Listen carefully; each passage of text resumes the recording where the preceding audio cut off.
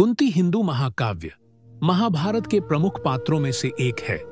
कुंती, जिसको राजा पांडु की पत्नी और पांडवों की माता कहा जाता है। कुंती एक अद्भुत महिला थी जिसने पति की मृत्यु के बाद अपने 5 पुत्रों का अच्छी तरह से पालन पोषण किया और उनको राज्य दिलवाने के लिए प्रेरित किया।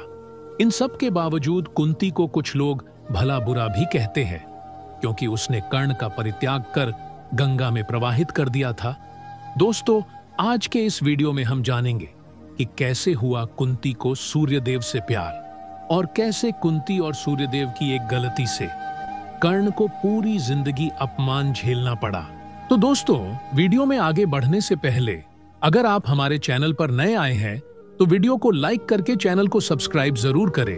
तो चलिए वीडियो को शुरू करते हैं। कुंती यदुवंशी राजा शूरसेन की पुत्री थी, जिसको नागवंशी राजा कुंती भोज ने गोद ले लिया था। कुंती का नाम पहले प्रथा था, जिसको कुंती भोज ने अपने नाम पर कुंती रख लिया।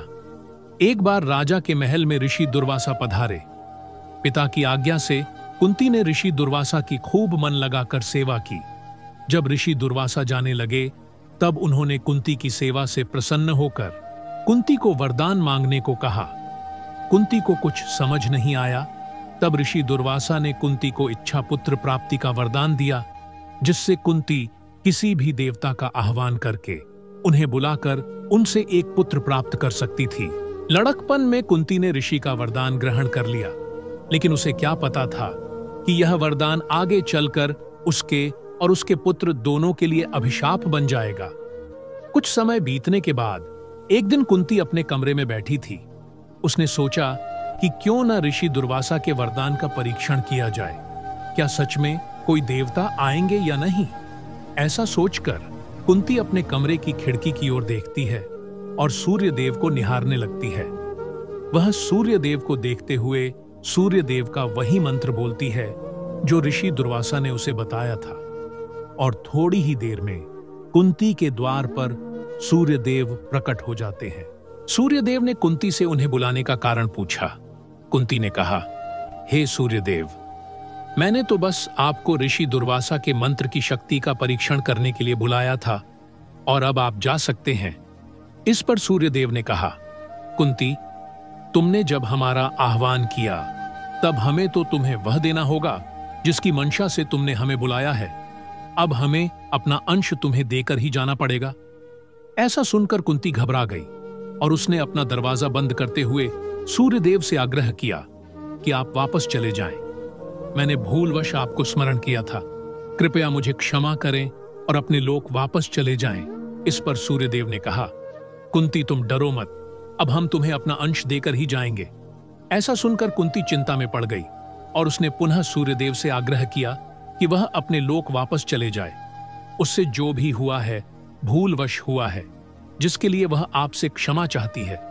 इस पर सूर्यदेव ने कहा, कुंती, तुम डरो मत, हम तुम्हारे गर्भ में अपना अंश स्थापित करेंगे और इस कार्य में तुम्हारी सहमति भी होनी बहुत जरूरी है। कुंती बाहर से तो मना कर रही थी, लेकिन अंदर ही अंदर वह सूर्यदेव के तेज से प्रभावित हो रही थी। सूर्यदेव ने कुंती को समझाया कि यदि हम तुम्हें बिना अपना पुत्र दिए चले गए तो इससे हमारा तेज कम हो जाएगा और हमारा आयुष व्यर्थ चला जाएगा। तब कुंती ने कहा कि अभी तो मैं बच्ची हूं, इस सूरत में यह कैसे संभव है? सूर्यदेव के ज्यादा अनुग्रह करने पर कुंती ने न चाहते हुए भी सूर्यदेव के अंश को अपने गर्भ में स्थापित करने के लिए हां कह दिया। तब सूर्यदेव ने कुंती की नाभि को छू लिया, जिससे वह तुरंत ही रजस्वला हो गई। उसके बाद सूर्यदेव ने नाभि से कुंती के गर्भ में प्रवेश किया। वह मंत्र द्वारा अपने पुत्र कर्ण को स्थापित किया और तुरंत बाहर निकल आए। जाते समय सूर्यदेव ने कुंती से कहा कि कर्ण के जन्म से तुम्हारा कौमार्य भंग नहीं होगा और तुम पवित्र ही रहोगी। सूर्यदेव ने बताया कि यह पुत्र धरती पर कवच और कुंडल के साथ जन्म लेगा और सारी सृष्टि इसको महारथी दानवीर कर्ण के नाम से जानेगी। तब कुंती ने जाते हुए सूर्यदेव से क्षमा मांगी। इस पर सूर्यदेव ने कहा कि इसमें तुम्हारी कोई गलती नहीं है। हम देवताओं में होड़ मची है कि धरती से क्षत्रियों को स्वर्ग कैसे लाया जाए। इसलिए मैंने पहल करते हुए कर्ण को पैदा किया। आगे और भी देवता अपना काम करेंगे। कुंती के मन में सूर्य को देखकर मंत्र बोलने का विचार भी देवताओं ने ही उपजाया था।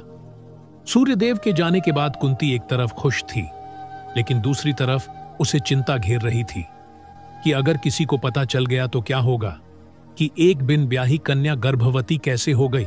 ऐसी ही बातों में समय बीतता चला गया और वो दिन आ गया जिसका कुंती को इंतजार था।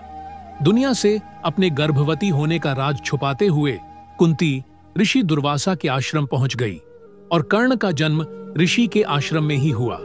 कर्ण अपने मुख पर सूर्य का तेज और कानों में कुंडल और कवच के साथ पैदा हुआ। उस प्यारे से बालक को देखकर हर कोई मोहित हो गया, लेकिन कुंती के मन में एक अजीब सी हलचल थी जिसका समाधान उसे मिल ही नहीं रहा था।